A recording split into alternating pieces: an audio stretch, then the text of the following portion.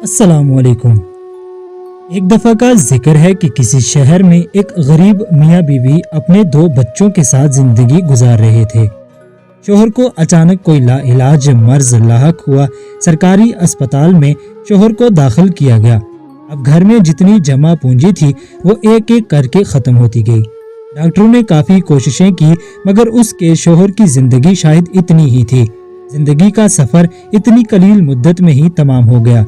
वो जवानी में ही बेवा हो गई। घर में सिवाय चंद पैसों के कुछ न था। बच्चे छोटे थे। अगर किसी के घर काम के लिए जाती तो बच्चों का ख्याल कौन रखता। इसलिए उसने सोचा कि मैं कोई ऐसा काम करूं जिससे घर से बाहर न जाना पड़े। पड़ोस की औरत ने उसकी तंगदस्ती का आलम देखा तो उसे उस पर बहुत रहम आया। उसने उसे मशवरा दिया कि तुम ऐसा करो कि कोई सिलाई का काम घर बैठे ही शुरू करो। सिलाई तो वैसे भी तुम्हें आती है। वो बोली, मेरे पास सिलाई मशीन नहीं है, कैसे करूंगी, और माली हालात भी इस कदर खस्ता हैं कि मेरी पहुंच नहीं कि कोई सिलाई मशीन खरीद लूं। आपके पास तो मशीन है ना, मुझे दे दीजिए और मैं आपको पैसे दे दूंगी। वो बोली, अगर मैं अपनी सिलाई मशीन तुम्हें दे दूं तो मैं खुद क्या करूंगी। तुम ऐसा करो, किसी से उधार लेकर मशीन खरीद लो। जब पैसे जमा हो जाएंगे तो उधार लौटा देना।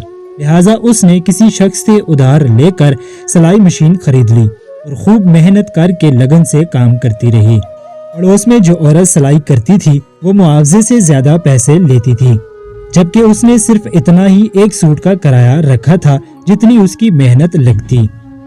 पड़ोस की औरत एक दिन उसके पास आई और उससे पूछा, दिन कैसे गुजर रहे हैं। वो बोली, एकदम ठीक। बातों बातों में उसने कहा कि तुम एक सूट का कितना लेती हो। बेवा औरत ने रकम बताई तो वो बोली, इतना कम, मैं तो तुमसे दुगनी कीमत लेती हूँ। वो बोली, नहीं, जितना मिल रहा है वो मेरी मेहनत के मुकाबले में मुनासिब है। इंसान को हर हाल में शुक्र अदा करना चाहिए। हम जितना पैसे के पीछे अपना ईमान खराब करेंगे उतना ही ख्वार होकर रह जाएंगे। पड़ोसी ने उसकी बात नहीं मानी, उसने कीमत बढ़ा दी। अब जैसे ही औरतों को बेवा औरत का मालूम हुआ तो उन्होंने अपने कपड़े उसी को सिलाई के लिए दिए। देखते ही देखते उसके घर सिलाई के कपड़ों की भरमार हो गई और पड़ोसी औरत के पास मुश्किल से कोई आता तो आता, वरना वो सारा दिन यूं ही बैठी रहती।